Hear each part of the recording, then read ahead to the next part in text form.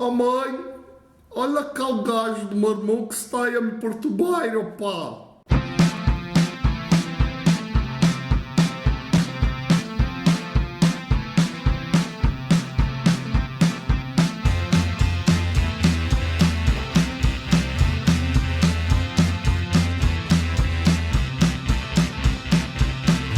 E na videoaula de hoje vamos falar sobre um evento da história portuguesa conhecido como Guerra dos Dois Irmãos, ou Guerra Miguelista, ou Guerra Civil Portuguesa. Pô, isso aí está ligado diretamente a um evento que acontece aqui na história do Brasil, que é a abdicação do trono de Dom Pedro. E assim como a Revolução do Porto, né, é um outro evento que assim, é bastante negligenciado dentro da história brasileira, mas que é muito importante para a gente reconhecer o que é esse evento. Né? Assim como o vídeo que a gente falou sobre a Revolução do Porto, que está diretamente ligado à independência do Brasil, sobre o qual também tem outro vídeo. Então, se você não assistiu nenhum dos dois, tá aqui, ó. Vou colocar aqui, ó, um link sobre o vídeo da Revolução do Porto e aqui, ó, outro link sobre a independência do Brasil. Bom, vamos lá então. Para a gente chegar na Guerra Civil Portuguesa, lá na Guerra dos Dois Irmãos, vamos dar uma olhada no que estava acontecendo no Brasil durante o Primeiro Império. Pois é, meu amigo, Dom Pedro I não era lá um governante muito popular, né? Logo que ele assumiu o trono aqui no Brasil, lá em 1º de dezembro de 1822, ele começou a tomar algumas atitudes aí que foram bastante complicadas. Por exemplo, ele vai lá e vai indenizar a coroa portuguesa pela independência do Brasil, né? Que foi essa indenização? Acreditando lá que como o Portugal estava perdendo a sua colônia mais rica, né, o Portugal merecia uma compensação. E o Brasil foi lá e pagou para Portugal uma indenização na casa de 5 milhões de libras esterlinas, que era justamente a dívida que Portugal tinha com bancos ingleses. O problema é que o Brasil também não tinha esse dinheiro, e a gente vai tirar de onde esse dinheiro? Dos bancos ingleses. Ou seja, o que foi isso? Foi uma transferência da dívida de Portugal para o Brasil. Então o Brasil assumiu essa dívida portuguesa. E isso ficou muito claro ali para os brasileiros que o Dom Pedro estava dando um golpe. Afinal de contas, o Dom Pedro era uma figura ali que foi utilizada para poder manter o Brasil unido no processo de independência que a gente teve. E isso aí levava todo mundo a perceber que o Dom Pedro tinha pretensões de regressar a Portugal e assumir aquele trono, assim que o pai dele morresse, assim, assumindo um reino sem dívidas. Bem, eis que o comércio império no Brasil é estabelecido lá uma primeira Constituição que nunca chegou a entrar em vigor, que ficou conhecida como Constituição da Mandioca. Em outra aula eu trabalho o porquê desse nome aí, como que ela funcionou, né? Não cabe aqui nesse vídeo. Essa Constituição não foi aceita por Dom Pedro, que foi lá e anulou esse projeto constitucional e colocou uma nova Constituição que ficou conhecida como Carta Outorgada. Outorgada porque ela foi imposta sem qualquer consulta popular. Então foi uma Constituição posta no Brasil a fórceps, né? Então ninguém escolheu, foi totalmente antidemocrático, o que deixou a população bastante cabreira com o Dom Pedro. A situação foi tão grave que assim que o Dom Pedro foi lá e impõe a carta outorgada, um pessoal lá no nordeste do país montou uma revolução e proclamou uma independência, formou um país novo conhecido como Confederação do Equador, né? Que vai entrar em guerra civil contra o resto do Brasil para manter a sua independência, e que vai levar o Dom Pedro a gerar um gasto gigantesco contratando mercenários ingleses, né, para poder combater a Confederação do Equador, aumentando a dívida externa do Brasil. Percebe então que Dom Pedro não estava lá com uma imagem muito popular. E essa coisa vai se agravar muito mais em 1826. Presta atenção nas datas, né? 1822, a independência do Brasil. Em 23, o primeiro projeto de Constituição que foi bloqueado. Em 24, a carta outorgada e, no mesmo ano, a Confederação do Equador. Em 1826, vê tudo muito próximo, morre Dom João VI em Portugal. Na hora que morreu Dom João VI em Portugal, gerou um problema de hereditariedade, um problema dinástico lá em Portugal, que vai afetar diretamente o Brasil. Que era o quê? Bom, quem que era o herdeiro de Dom João VI? Dom Pedro. Então, Dom Pedro deveria regressar a Portugal, assumir o controle de Portugal, ser coroado Dom Pedro IV, ainda assim sendo Dom Pedro I do Brasil, ou seja, ele seria monarca de 2 reinos ao mesmo tempo, o Império Português e o Império Brasileiro. Cara, olha só que complicador. Fazendo isso, se abolia a independência, né? Porque agora era de novo 2 reinos sob um mesmo rei. Isso acontecendo, obviamente, as cortes portuguesas, que não estavam muito contentes com o sistema que estava se administrando no Brasil antes da independência mesmo, ia acabar forçando a recolonização do Brasil, e tudo aquilo pelo que se tinha lutado se perderia aí, né, nessa hereditariedade do Dom Pedro. Bom, obviamente começaram a surgir uma série de pressões sobre Dom Pedro, de olha, decida o que você quer, porque ou você fica com o Brasil ou você fica com Portugal, os dois ao mesmo tempo não dá, né? E Dom Pedro resolve dar um golpe. Né? O que ele faz? Ele vai a Portugal, negocia com as cortes, conversa com o irmão dele, Dom Miguel, né? E acerta o quê? Bom, abdico do trono português, né? Em prol da minha filha, né? Dona Maria da Glória, que seria coroada Dona Maria II. Só que Dona Maria da Glória ainda era uma criança e não poderia assumir o trono. Quem é que assumiria o trono no local de Dona Maria da Glória? O irmão de Dom Pedro, Dom Miguel, né? Então Dom Miguel seria tutor de Dona Maria da Glória. Tinha até ali um acordo assim, da possibilidade de talvez ali o Dom Miguel casar-se com a sobrinha, né? Quando ela atingisse a maioridade, e aí seguir governando, mas tudo isso ainda estava muito nebuloso. O caminho seria o quê então? Dom Miguel, Dom Miguel, tutor de Dona Maria da Glória, até que ela atingisse a maioridade, e Dom Pedro no Brasil. Assim, né, ninguém aqui no Brasil teria que reclamar, porque o imperador continuaria aqui e não tem mais nada a ver com Portugal. É óbvio que ninguém aqui no Brasil engoliu isso muito bem, né? Deixar a filha dele, Dona Maria da Glória, como governante, com o irmão administrando lá, era um negócio bastante suspeito.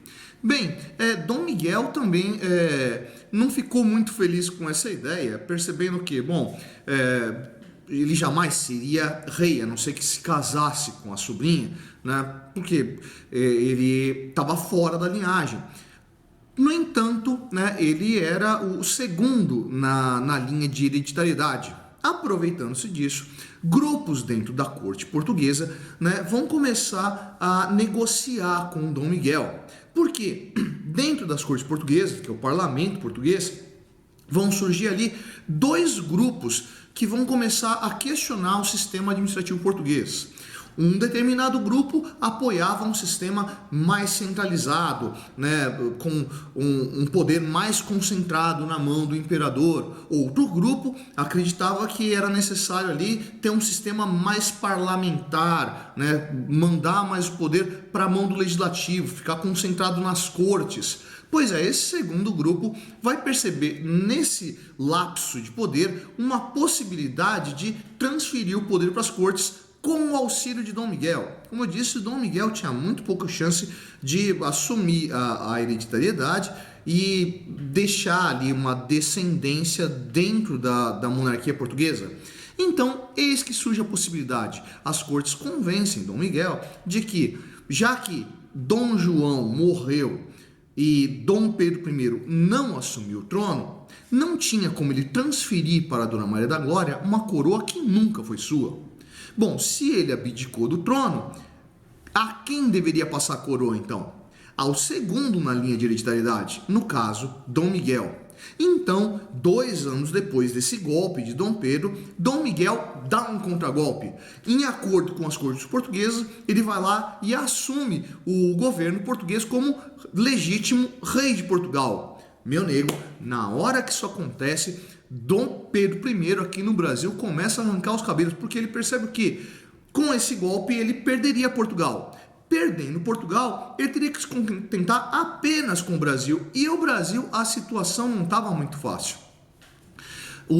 A independência do Brasil ocorreu dentro de um golpe para tentar manter os laços Brasil-Portugal apenas por algum tempo. Mais hora, menos hora, esse laço seria quebrado. Então vamos estender ao máximo que der. Se o Brasil resolvesse proclamar uma república, assim como aconteceu no México, que foi o único outro país na América que virou monarquia após a independência, né? não teria por que ter uma casa real. Sobraria o que para Dom Pedro? Sobraria nada, né? Então, nessa situação, Dom Pedro vai lá e cria uma guerra contra o seu irmão em Portugal para deixar a coroa para a sua filha, né? Na verdade, a coroa seria para ele.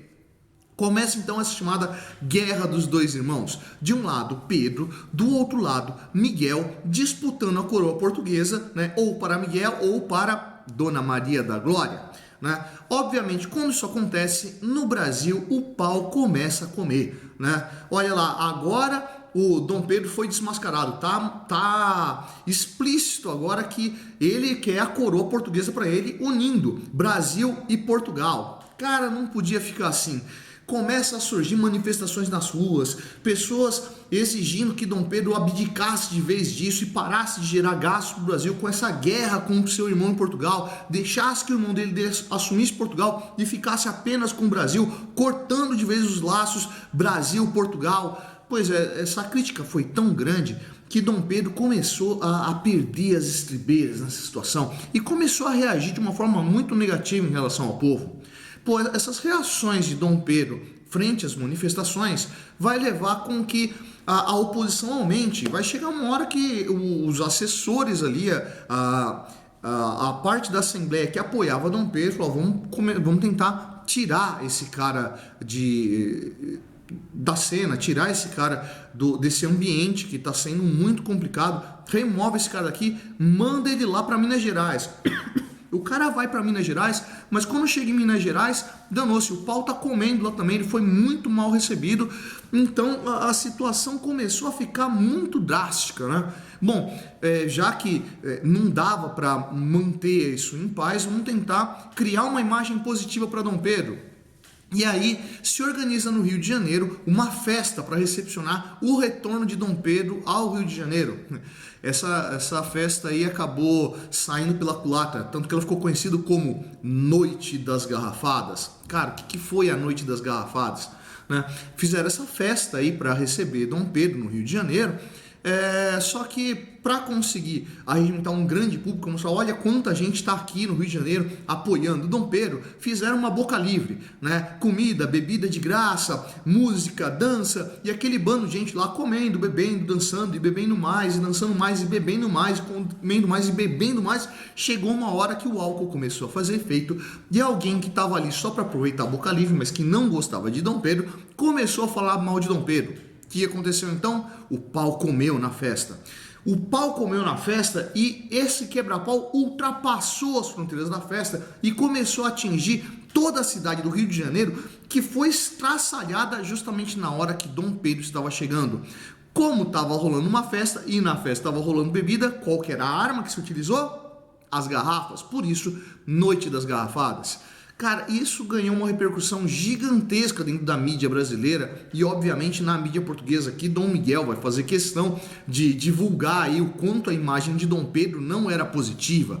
Com toda essa crítica, vai acontecer ainda mais um problema, né? Em novembro de 1830, um jornalista de São Paulo chamado Líbero Badaró foi assassinado. Líbero Badaró era um crítico ferrenho de Dom Pedro. Bom, Dom Pedro teve alguma coisa a ver com a morte de Líbero Badaró? Nunca nada foi provado, mas obviamente, né, a mídia contrária a Dom Pedro vai utilizar dessa ferramenta para mostrar, cara, olha lá o que está acontecendo, qualquer crítico de Dom Pedro aí começa a ser massacrado e olha, o cara chega inclusive a matar pessoas que estão contra ele, mataram o Líbero Badaró, obviamente em nome de Dom Pedro. Cara, o Dom Pedro começou a perceber que a situação dele estava ficando muito feia. Então, logo depois desse quiprocó gigantesco, ele resolve agradar o povo brasileiro, demite todo o ministério dele e cria um novo ministério, que ficou conhecido como Ministério dos Brasileiros. Por que esse nome? Porque só tinha brasileiro dentro dele, nenhum estrangeiro, nenhum português. E tá lá, aquele bando de brasileiro auxiliando Dom Pedro na administração do Brasil. O problema é que esse ministério que ele montou não agradou a ele próprio. Porque as pessoas que estavam lá eram latifundiários, né, que pensavam justamente em voltar a concentrar o poder nas mãos do legislativo. Chegou uma hora que Dom Pedro cansou dessa situação. Dia 5 de abril de 1831, ele vai lá e demite o Ministério dos Brasileiros. Diz, ó, acabou tudo, elimina todo esse pessoal, vou nomear um novo ministério, que ficou conhecido como Ministério dos Marqueses, composto apenas por portugueses. A reação da população foi imediata. Tão imediata que 2 dias depois da nomeação do Ministério dos Marqueses, Dom Pedro abdica do trono. Percebeu que a situação aqui no Brasil ficou insustentável. Qual que era a preocupação dele? Vamos voltar a Portugal. Lá eu recupero o trono. E conseguiu realmente. Voltando para Portugal, ele consegue apoio entre as elites portuguesas, entre a outra parte das cortes portuguesas que estavam contra ele, que estavam apoiando Dom Miguel. Recupera o trono português, é coroado Dom Pedro IV e deixa aqui no Brasil o filho dele, Pedro de Alcântara, futuro Dom Pedro II, mas que na época era um molecote de apenas 4 anos de idade e não poderia assumir o Brasil. Nesse momento, então, o que dizia a Constituição brasileira? Caso o imperador estivesse incapacitado de poder governar, seria eleita uma regência que governaria até que o imperador estivesse novamente em condições. E aí, aprendeu mais essa? Curtiu a aula de hoje? Se curtiu, vai lá embaixo dar um curtir. Não curtiu, vai lá embaixo para não descurtir. Essa foi a Projeto Suetônio. Eu sou o professor Fábio. E você, meu amigo, você deveria estar estudando.